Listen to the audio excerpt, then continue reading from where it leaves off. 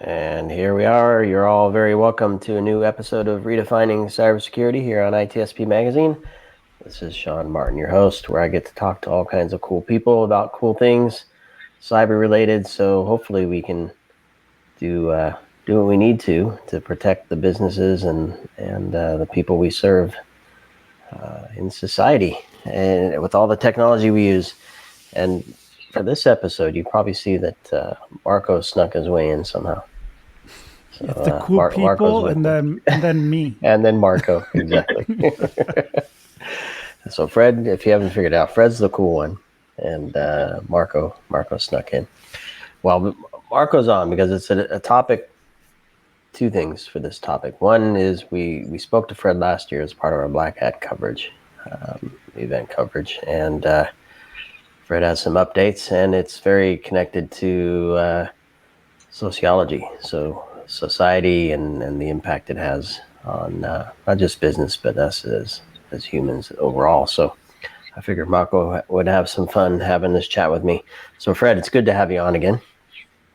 Yeah, thanks for having me. It's great to be here, and I'm pretty excited to share some of our updates and what's happened since last year.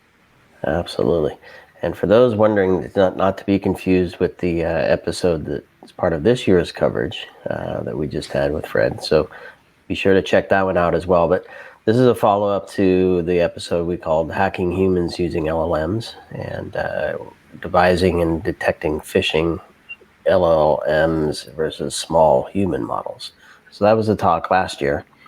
And we're going to dig into a few points from some of your recent findings and understanding of what's going on. But before we do that, Fred, maybe a quick word just to refresh folks of what you're up to these days. Yeah, that makes sense. I'm a research fellow in computer science over at Harvard School of Engineering and Applied Science. I've since very recently also started a fellowship at the political school at Harvard Kennedy School, which is, we're going to talk a little bit about that regarding this AI phishing project as well, because in my last years, I've really started branching out to see the sort of intersection of policy, technology, and business in the context of cybersecurity.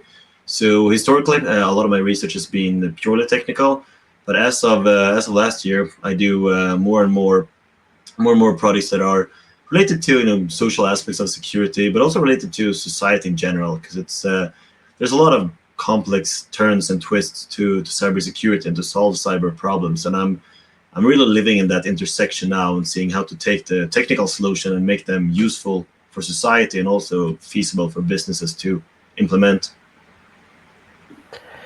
And so what were some of the biggest changes in the last year? I mean, I've a lot of questions of has it changed here, but instead of me guessing, maybe if you can kind of highlight some of the changes you've seen. Have things panned out as you expected based on the last chat we had, or what's going on? I think they did. The first thing I had to say to sort of further my own cause a little bit is that you probably remember this, but a few weeks after Black Hat, when I talked about AI phishing last year, there was a phishing attack that resulted in all of the MGM casinos were shut down, and that's it's kind of fun in a way. It's of course not fun; it's terrible. But we talked this big security conference. I talk about how social engineering is a big nuisance, and we should really increase our protections. And just a couple of weeks later, the very casino where we had our conference was shut down. I think they're estimated to have lost $100 million in revenue because, if I remember correctly, there were a couple of folks who worked there who were targeted of pretty savvy social engineering attacks, where the people looked up information online and then found things to use, and then they could trick them. And this is exactly a segue into what we do on our study now, because last year we proved that phishing emails can be automated using language models. That's quite intuitive. Language models are great at creating textual content that appears realistic. Oftentimes the content is not true.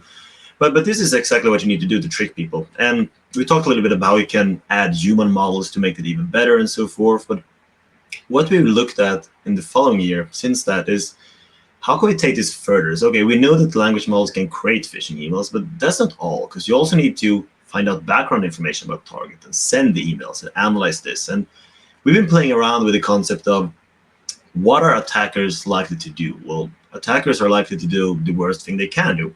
So we've been thinking about this, and that's why we created a tool that now automates all parts of the phishing chain. So as we see it, it's five steps to it. First, you collect information about the participant. Then you create the email, personalized email. Then you send out the email, and you validate and learn from the results. And this is really, really cool. There's a lot of things that happens here. And one thing that we started working on quickly after Black Hat last year is we started to collaborate with some economics people and researchers to see that what does this mean in practice. And we added some work terms in terms of what's an hour for an attacker worth. We tried to quantify various aspects of phishing attacks.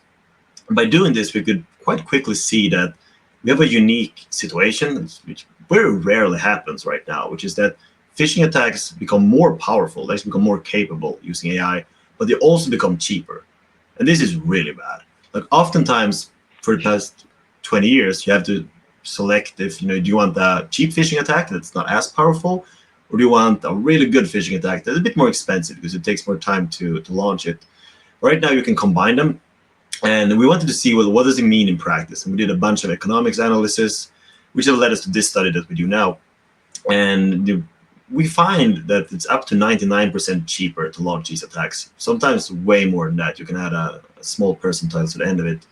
And that's really bad. And sort of contrast, I'm going to stop and pause for you guys soon. But the last thing I want to say is that I collaborated with some people working with, for example, North Korea as a cybercrime actor. And North Korea actually get a substantial amount of their GDP through cyber attacks, which is it's very, very interesting. And that's problematic for a lot of reasons. For example, the West places a lot of sanctions to stop their nuclear programs. Well, these sanctions, they're of course not useless, but they're a little bit more useless since they can launch cyber attacks and go around the legitimate trade. And a lot of these cyber attacks are enabled by phishing attacks. And again, now we stand in a position where phishing attacks will be cheaper and better. So there are a lot of problems that are sort of scattered around for this. Everything from, how should nations cope with this and stop these kind of cyber actors? How should the little guy protect himself? The scams to individuals are increasing rapidly. There just a couple of days ago, I had a friend who had his email compromised by a scam from another student that wasn't that student. And these things happen all over the world, of course. And so I think it is safe to say that since last year, most of our predictions have been quite accurate, and the AI deception market, we have to say that it is a market now, because that's what it is. It's an illegal market. It's been growing quite a lot, and to the best of my knowledge, it will continue to grow way more in the coming years. So I'll let Marco kind of broaden this out as we continue, but I'm gonna stick with the first point on the collecting information. Which I believe was the first point, right? Yeah. Well, collecting targets, collecting information about them. Because I think a year ago, we were looking at things like ChatGPT. We could see where the creation of an email is easy. You give it the right prompt, the right information. You can have it create something realistic that would be readily received by a target, right? Recipient. And you pump that through some automation, and you, to your point, you can kind of scale that out for very little cost. But I've heard stories where collections of information, multiple sources of information have been used to determine the organizational structure, who reports to who, you can get your hands on some email communications, how they speak to each other, and use that to not just write an email faster, but to actually have context and to have insight into how these communications normally sound. So I don't know, have you seen any of that? And if so, how does this have impact? I mean, do you see bad actors getting access to data and using it in this way? Yeah, Sean, that's a fantastic question. That's really good, because I said a mouthful there, but you really picked up some of the key values. And that personalization is a key difference in our research now compared to last year. Just as a quick reminder, last year we had pretty broad emails that we used the language models created, such as offer offer this person a gift card at Starbucks and so forth. And it's quite easy to find out whether that will be relevant. It will honestly be relevant for most people. But it's quite simple. What we're doing this year, which is exactly what you're saying, is mimicking what a lot of criminals and attackers do, is to find way more granular information. Then you dig deep down and see not only, is this person likely to go to Starbucks, but we can find out really close called information such as what type of language did this person talk to with different coworkers and different friends and different families? What type of projects do they work on right now? What goals do they have? What dreams do they have? And all these kind of information, because that's very often publicly available. Most people's digital footprint is massive, and the digital footprint is just the information you have available online. Even if you try to restrict it, it's very, very hard. Only a few people have no information whatsoever published online. And this is also a security operational trade-off from a personal perspective. Like, we want to market ourselves. We want to be out there. It's not often feasible to remove ourselves from the internet. But if we are, which most people are, then there's so much information we can find out, and that is being found out, exactly as you say. Attackers use this maliciously. For example, my friend who was recently hacked, they knew people that he communicated with daily, so they send an email from the legitimate email address of one of his friends that was hacked. So it's sort of a chain hack, but it's not just empty, half-relevant attacks. And in our presentation this year, we talk about different levels of personalization. So what we did last year, we now define as mild personalization. But this type of attacks that you mentioned and that we treat now, we call hyper-personalization, when you find out very granular information. And when you feed this to the language model over time, you can imagine all kinds of horror stories when the language models really creates a perfect linguistic style to mimic a friend. And then you combine this with these phishing best practices such as relevancy. So you know that you write an email in the linguistic style of a friend or a coworker in the perfect timing when it's your birthday or when you're about to have a business presentation. For example, next week, before I go up to the Black Hat stage, maybe the Fisher could mimic one of the Black Hat organizers and send me, hey, Frederick, you need to update these slides now before you go up. And if that sounds perfect and comes from the right email address, I'm going to be a little bit stressed. I'll probably do that. So these attacks are becoming way more difficult to spot. And the worst thing about all this is that it's easy to make. That's one thing we show. We have a proof of concept to see that this is cheap, it's easy, the technology is out there. There's some security restrictions in these language models. We talk about that as well. They're quite easy to bypass. They're open source models. So these tools are basically readily available for all crime actors to use. And I think we'll see much more usage of that.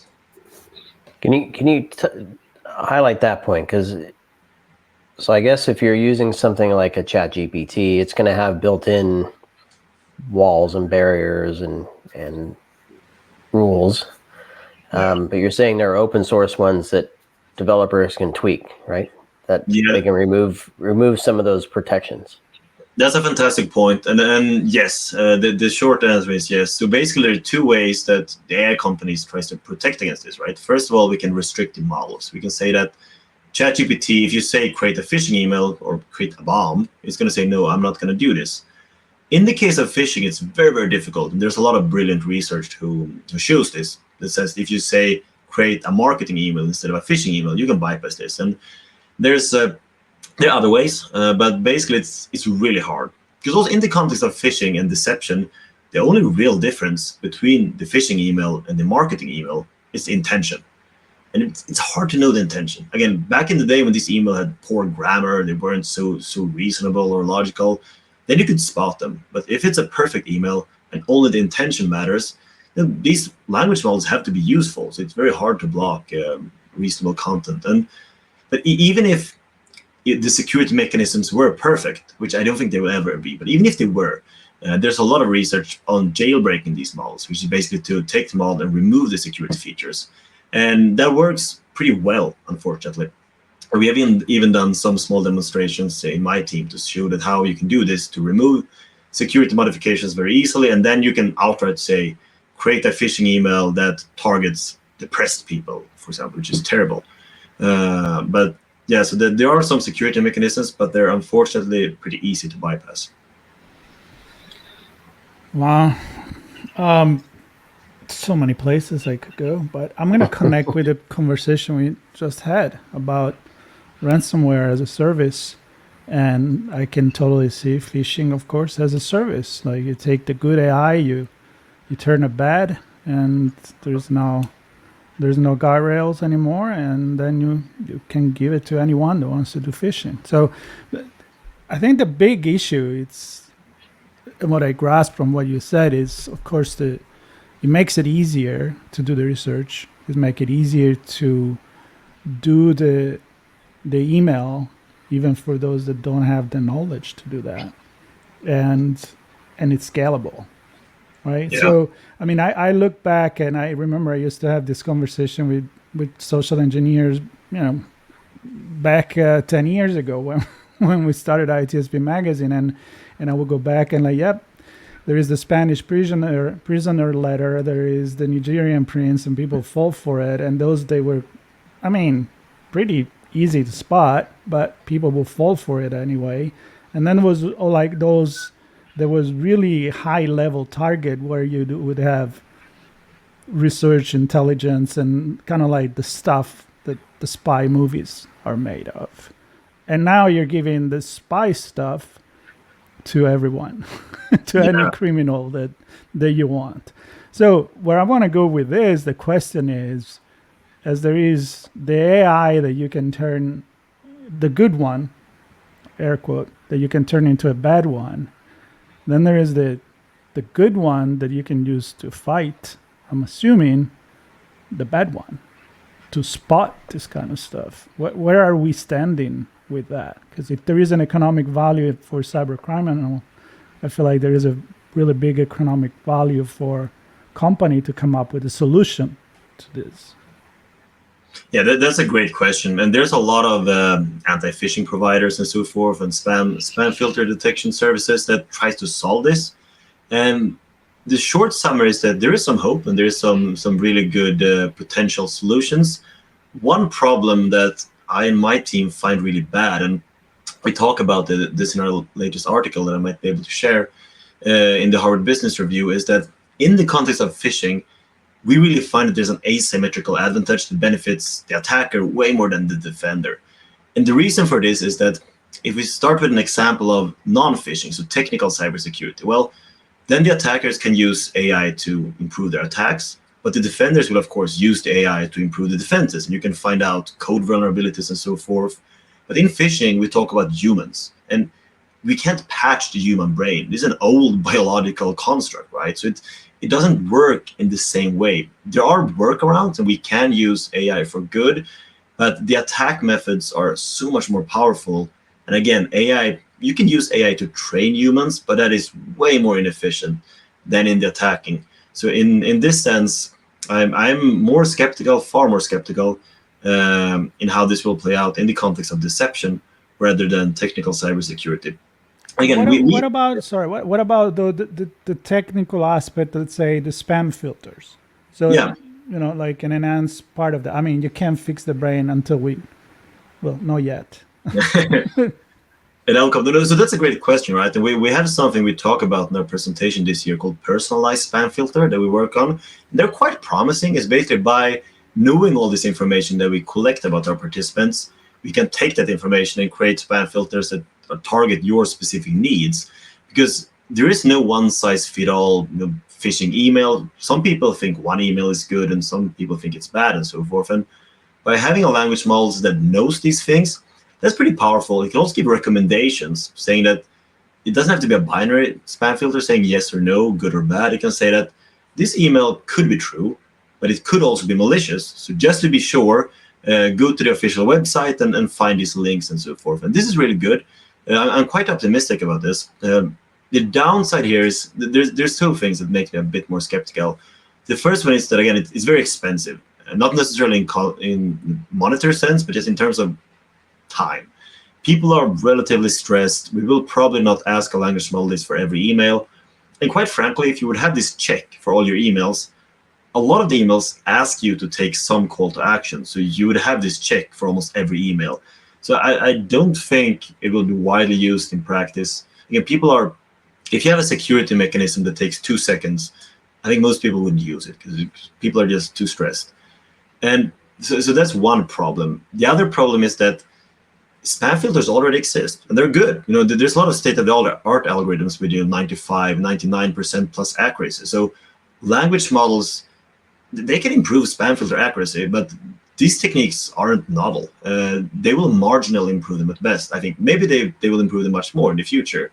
But so far, like the spam filters are good already. So it would have been a different thing if we had no spam filters and then the language models came. But it's these things are good and promising. But in the attacker sense, we didn't really have a automatic tool to create phishing emails before, but now we have.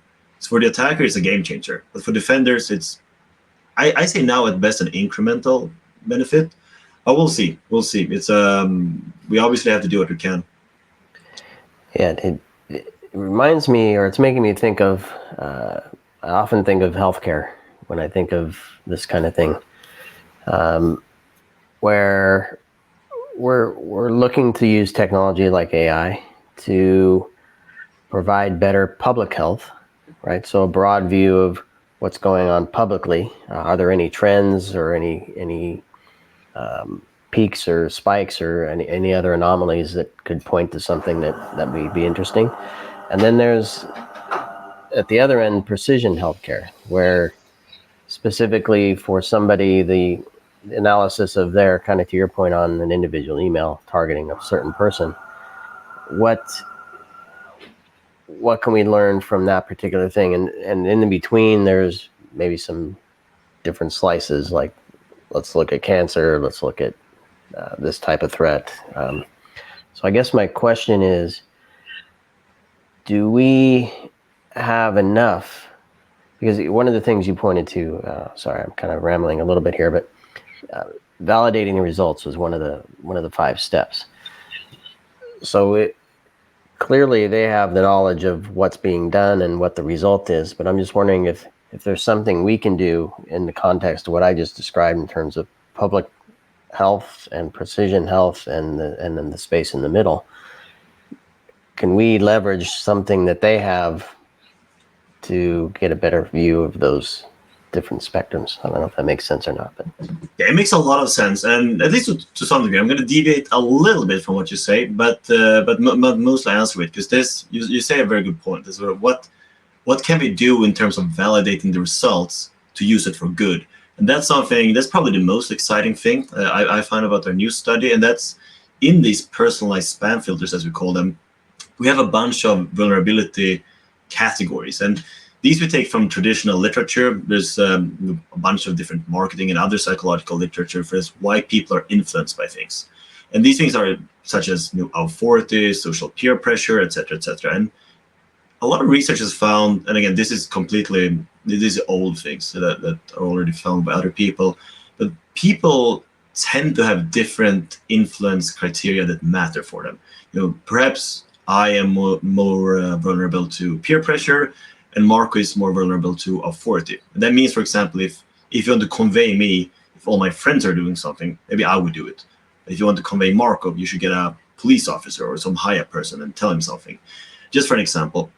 And my theory is that these things are context dependent, so I don't have one influence principle that always works for me. They probably differ based on where I am, the mood I am, and so forth. But what we do in our tool that we're discussing now, that we created over the past year, is that the tool randomly creates phishing emails with different influence principles. Then it measures over time which emails do I fall for, which do Marco fall for, and which do Sean fall for, and so forth. And that's super exciting, because then what we can see is that patterns that humans don't really see right now. And this pattern analysis, I'm very interested to see more in this. And for example, maybe if you do this on a large enough scale over a couple of years or months, we'll see that every Monday I am very susceptible to social peer pressure, but every Wednesday I'm susceptible to authority. Who knows? There are a lot of different patterns we can find, but if we find that, then we can make phishing training way more efficient, because then we can say that what I should think about. I don't need to think about all this big set of best practices, because that takes too much time and I'm never going to do it. But we can pin down 1 or 2 super simple principles, and that's what I think about. And then we can implement that in our daily lives. So I hope that makes sense. That was a mouthful, but I'm pretty excited about this new defense strategy. It makes sense, but it's always about training. And I don't think people wants to be trained about this shit. Sorry. I think I was gonna say Marco won't listen to anybody. So peers, police. No, here's the thing. I mean, and he just proves the point.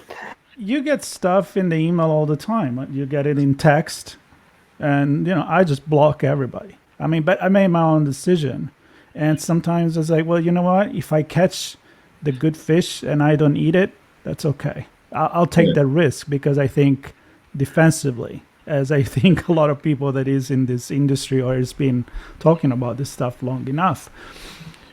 But there is, it's all psychology based, right? I mean, you're just describing that. If there is something that this is not technical, it's phishing. But technology makes it easier. So I still go back to, I don't think we should use the AI to do better training. I think we should use the AI to do, again, better filters. I don't think, as far as my experience, and I know we're dealing with some spam issues lately, I don't think spam is working that well, honestly. It's still, I think what you mentioned in terms of knowing the individual and knowing how to protect where the individual is more vulnerable because of the psychological traits. I think that's where the solutions stay. And if I think, for example, the Apple intelligence, right, where you finally will have a Siri that's going to be upgraded after 10 years to actually be useful, hopefully that will be one aspect that could be useful. Like as a personal assistant, in order to perform better, you need to know more things about you. And we need to trust with the privacy where we go with that, because we don't want to give away information, but how is it going to protect us if we don't give away that information? How are you going to book a restaurant for me if I don't tell you that I like sushi and I don't like something else? And it goes deeper and deeper. If we can trust the AI, I think we can have a really strong defense against phishing. It will be our own extension of it's interesting. Because for decades we talk about analyzing the infrastructure and identifying where the exposures are, what's internal and what can be compromised internally, what's publicly available, and what can be used to compromise the systems externally. And I think at a personal level, we might bring in threat intelligence from an executive perspective or a company perspective. Is the company being targeted? Is the industry being targeted? Are the executives being mentioned in threads or whatever it is? But what I hear you describing, Marco, is kind of an analysis of us as humans. So the same type of analysis. Applying that to ourselves, which so all the stuff that they're doing to target us, and then marketers have been doing it for ages, right? Right. What's a good ad for us? Which one is A/B testing? All that stuff. Well, but we need to do that for the employees and citizens, or I don't know. I just read an interesting book called "The Battle for Your Brain," which talk about all the scan of the brain, all the way that we're using monitoring non-invasive or invasive one, but non-invasive to detect if people driving a bus it's falling asleep, or if but in order to do that we need to give access to our thoughts, which then you become scary because you bring the thought police and all of that. But there is that cognitive freedom of thoughts also, though. Where do you bring in? Because it helps society to avoid 50 people on the bus to die because you're detecting that you're about to crash and falling asleep. So I don't know. We want to talk about societal repercussion of how we need to address certain things. Sean, that's exactly what I had in mind. Like apply to the company, to the infrastructure, to the organization, to ourselves. And I don't know what's good. It's a good movie to watch, I think. Fred, what do you think about that?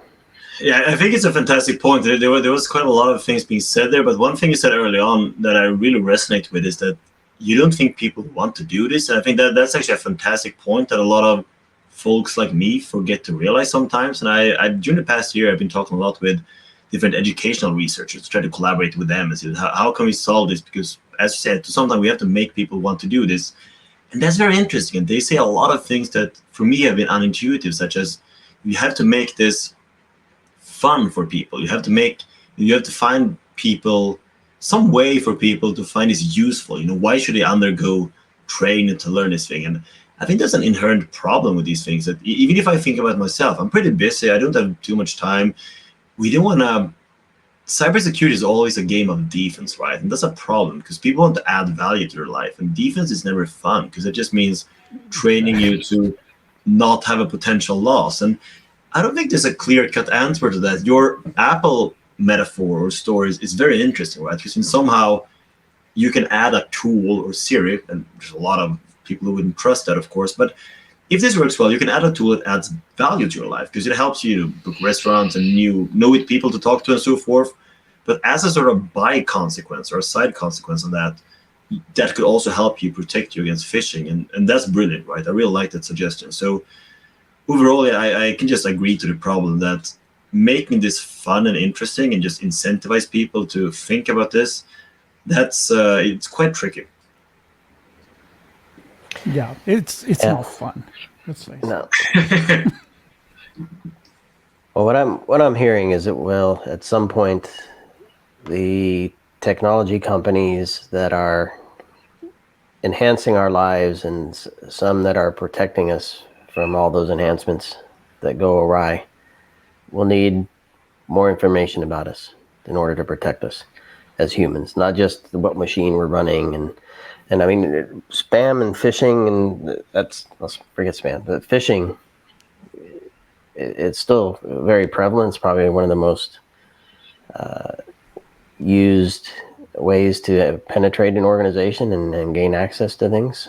And I don't know. I think we talk about it as a human problem, and we have the training, all this stuff that Marco was talking about, and I don't know that we have an answer. And maybe the answer is we'll have to analyze us as humans. I don't know.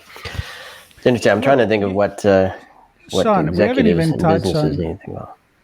We haven't even touched on voice phishing with artificial intelligence that can mimic voice or visual. And imagine that, talking, Fred, about the timing of an attack. You're going to get a phishing email about, I don't know, click here to get a discount for this toy, probably before Christmas, the last week, when you're panicking and freaking out because you couldn't find the toy for your kids or whatever it is. I mean, there is a timing, right, for all these things. Yeah. And I remember we were on with a former CISO and military guy, Roland Coutier, that he knows what can be done, and he almost got phished by voice because he was such an emotional moment for him that he knew 99.9% that this wasn't somebody in his family. But can you be 100% sure when the value of what you're worrying about, the individual, it's so high? So it was a moment that you're like, we can all fall for this. And if you're not into this thinking that we are all the time, the regular person ain't gonna care. Yeah, well, to me, it all comes back to the economics. And I think, I don't know how many, I know this is not a black hat conversation, but I don't know, 5 or 6, even the one we had with you, Fred, all touched on economics at some level. Yeah. And I think it's going to come down to that, and where do we make the investment? How do we make the investment? Isn't in the human on the tech? Is it the tech on the human? It's going to be interesting to see how this all plays out. I'm grateful that you're continuing to do the research, Fred, and providing us updates on what's going on. Anything else you want to share from the work you've done in the last year before we wrap? Well, thanks for this discussion. It's been, as always, fantastically interesting to be here. And there's a lot of things and nothing to share, but there's, I think that we captured to some degree a lot of interesting things. There are There are definitely way more. I mean, you Marco mentioned voice phishing. There are, of course, all the types of deep fakes and other types of phishing, and that's a big can of worms to open, right? Because it's protecting against these attacks. It's incredibly difficult. And I think one perhaps last word to say is that just you mentioned that to some degree also, Sean, now, but what's happening is that there's a change in trust, just the way we trust online and how we behave online, right? Because if these attacks continue to happen and happen at a massive scale, it's going to be hard, and somehow we have perhaps to change the way we operate, or at least to change the way we trust content and material, and hopefully there's going to come some brilliant technical solutions. Because both of you also mentioned the importance of having technical solutions. I believe that seamless technical ways that don't sort of disrupt the user experience, but that makes users more secure. This is very important, but I think that online trust is having a pretty rough future. It's already relatively low, but it's no clear answers. There's a lot of problems, and there's a lot of work ahead. And what I love about this conversation, if people are watching, I can see the wheels spinning in your head. What you're going to do in the project next, which is really cool. I love these kind of conversations. Yeah. Well, listen, Fred, it's great to have you on. Of course, you're welcome back anytime. And any updates you have to share, feel free to just drop me a note and let me know, and we'll have you on again. Of course. Have a listen to the Black Hat episode we recently recorded. I'll link to that as well, and the last year one, because it's still very relevant. It's not like that stuff goes away. We're just adding adding to the mix in this conversation with new and exciting stuff.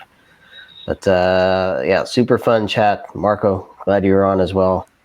Glad I was on. Yeah, I think we've given businesses stuff to think about and CISO stuff to think about, and hopefully I have better answers soon. But definitely stay connected to Fred and the work he's doing, and obviously pay attention to phishing stuff you have going in your organization. All right, well, thanks everybody for listening to this episode of Redefining Cybersecurity. Please do subscribe and share with your friends and enemies, and we'll see you on the next one. Thanks everybody.